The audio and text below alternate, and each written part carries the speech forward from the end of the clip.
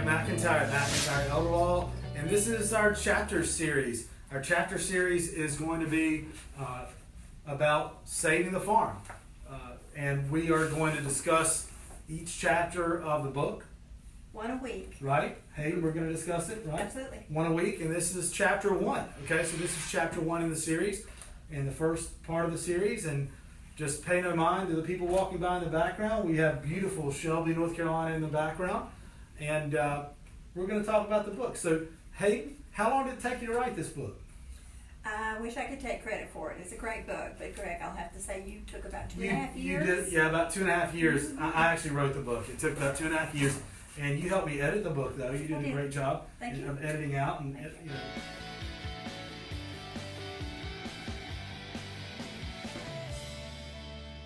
Maybe we could say it this way or that way. And I had a number of editors help me perfect the book, and it's the Stephen King method.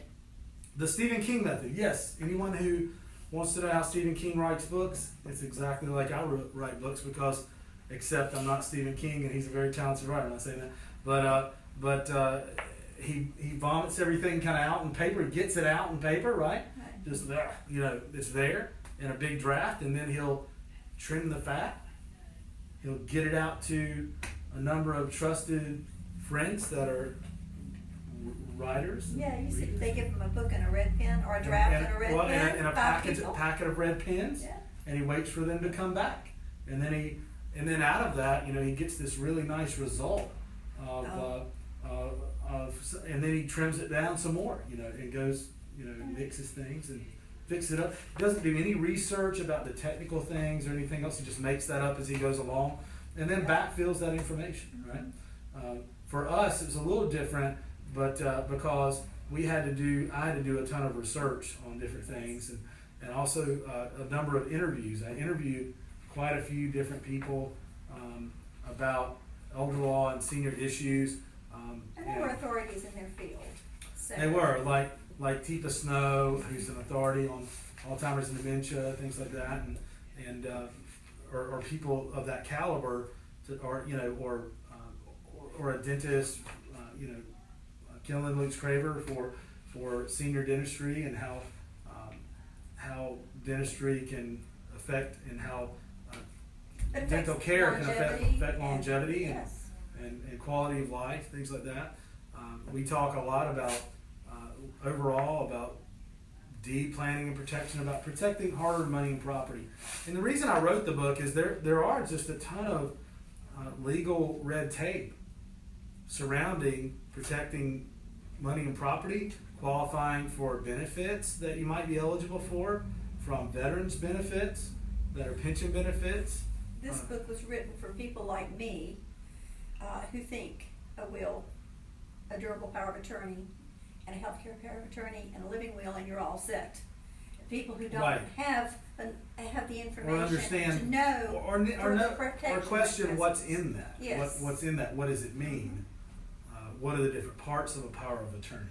Just because you have one doesn't mean it's what you need. So I wanted to create almost a reference or a bedside table that was readable in a couple of nights, you know, and digestible if you wanted to read it cover to cover, and also was also, I guess, a good reference book where you could just look at the table of contents. It's broken down very precisely, so you can and find say, okay.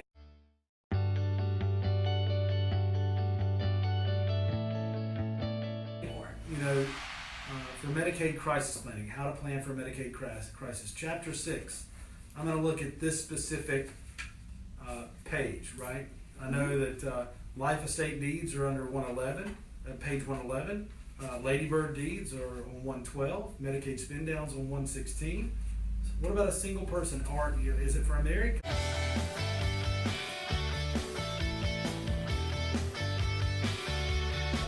So look in that book in a specific section, and you'll find what you're looking for in that specific section. That's the reason I wrote it, was to help seniors have a guide. I'm Greg McIntyre. I'm an attorney. I'm an estate planning and elder law attorney in North Carolina. Our main office is, or our office is located 123 West Marion Street, which you see here in Shelby, North Carolina.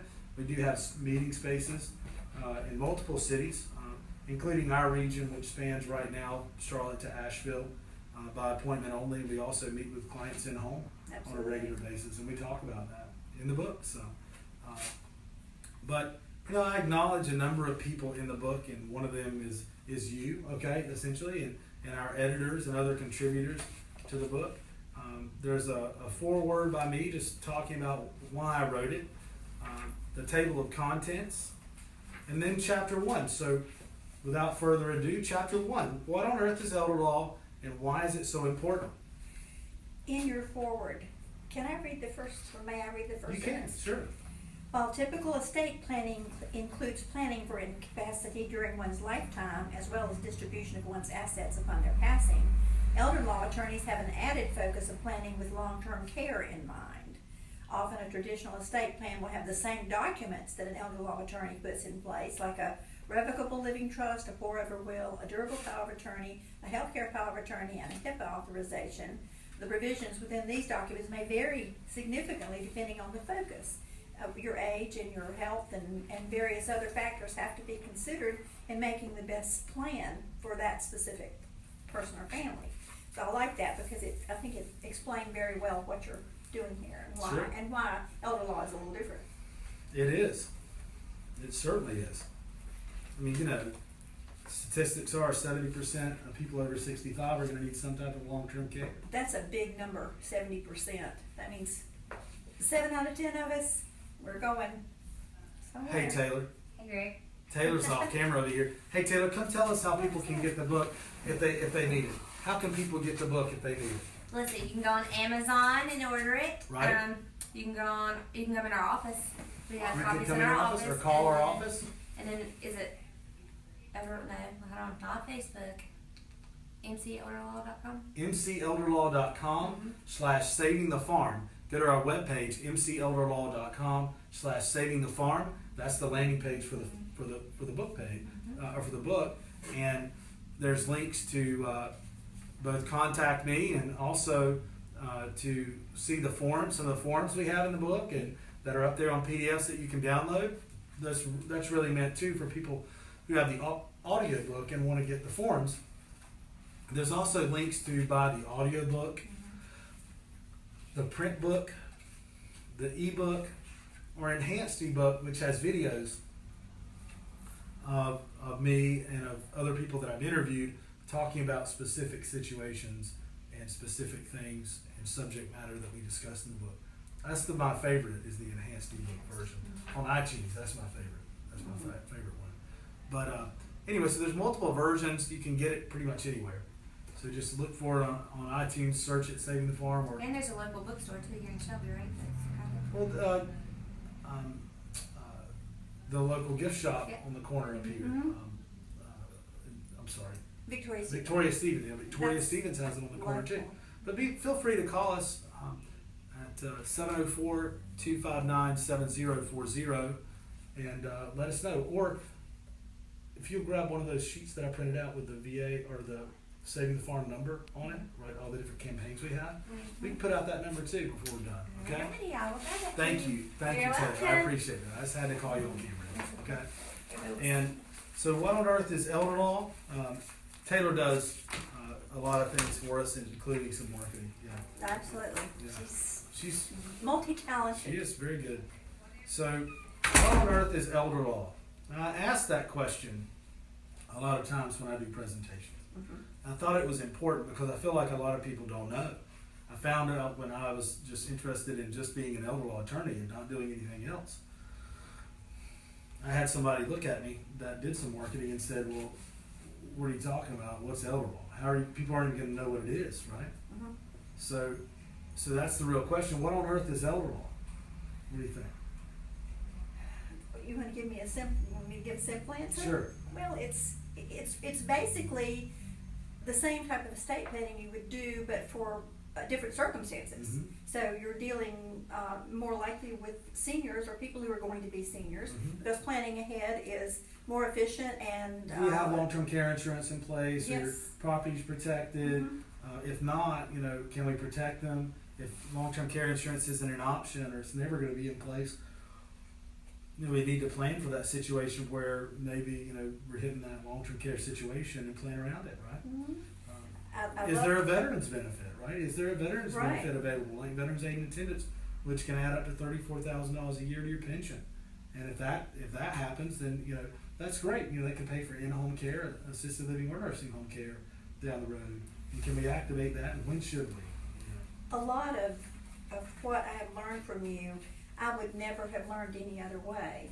I don't until I had to experience a long-term care situation or something like that. I wouldn't even known to ask the questions. Mm-hmm. And knowing what I know now, it's a lot better that I can prepare, that I even know to ask the questions, because Sure. I'm sure some people can go into a long-term care situation and have no idea that when they finish paying all of their money in their house, they may have nothing left. Right. And so I'm extremely fortunate. And my title is Marketing and Education. The word education is important to me because that's what made me leave retirement and come to work here, because I felt it was important to educate people and make them know what they don't know that they need to know. Mm-hmm. You don't know what you don't know is one of my favorite Sure. quotes. So, why is elder law so important? That's a question that we ask, that I ask and then answer in the first chapter. Well, here I can quote your book all day. Mm-hmm. Elder law is a philosophy of keeping a senior in control of their money and property while affording them health care and long-term care options during their golden years. The practice of law providing tools for seniors to get their affairs in order so they can enjoy life, have peace of mind, and leave a legacy for their children and grandchildren. So all of that is the reason why, and what you should do is sit down and talk with an elder law attorney. Know what you don't know. Sure. And and to that question that I asked, the why is elder law so important, that's literally on the top of page 18 in chapter 1. And I tell a story about my grandfather McIntyre, my Papa Mac, who needed a long time in care, almost 14 years, and passed away at 99 years old, and literally had to spend everything down and lost everything because of that. It was no fault of his own. If he would have had someone like me, we could have used the ladybird deeds in the house or other tactics to save the income, or maybe activate a veterans option or something, or any number of strategies to help him, even in an emergency situation. I call that Medicaid crisis planning. Go ahead. Or healthcare crisis planning. Or healthcare crisis planning, sure. And the reason, a lot of people don't know this, they think, well, I've got Medicare, that's Right. fine. And we talk about that in the book, but how long does Medicare pay for in a long-term care situation? 20 days. 20 days. 20 days. Then after that, if you're still improving, then the supplement can kick in and pay a copay. And then you have to have a private supplement to pay your portion of the copay. Right. And a lot of people have that, but then again, I never stopped to think that it would not keep on paying. Right. No, I never thought to ask the question, but it doesn't. It has a breaking point at 80 days, or whenever they determine that you're not going to improve. Did I express that well? Sure. So once they determine that you're not going to improve and you're the best you're ever going to be, or a maximum of 80 days, that's a total of 100. 20 with Medicare and 80 with a supplement. That's it. And after that, every penny comes out of your pocket. Yeah, you have to pull out your wallet, right? Up to Cut out of pocket. Mhm. If you have a spouse, there's a little bit of protection there and a little Or bit of money long-term that care you're allowed to insurance. have. Long-term care insurance. Sure, and that can avoid a lot of it. And I put a chart in here in chapter 1 on page 21. Oh, wait, I think I'm going to go back and Taylor, make sure I do this. I'm going to go back. I'm going to edit this out, okay? I'm going to put in there pictures of what we're talking about in the chart. So there's a chart on page 21, okay, that shows the average lengths of stays in nursing homes, okay? And breaks it down in years for female, male, married, single, widowed, or divorced or separated, Okay? And they differ a little bit. Mm-hmm. They're really. And I've always heard that being married is, extends your life. It also reduces the amount of time that you spend in a nursing home. I know. But then when you become a widow or a widower, then you go back up again, so. Single, never married, is the longest stay. 3.8 years. 3.8 years. Get married.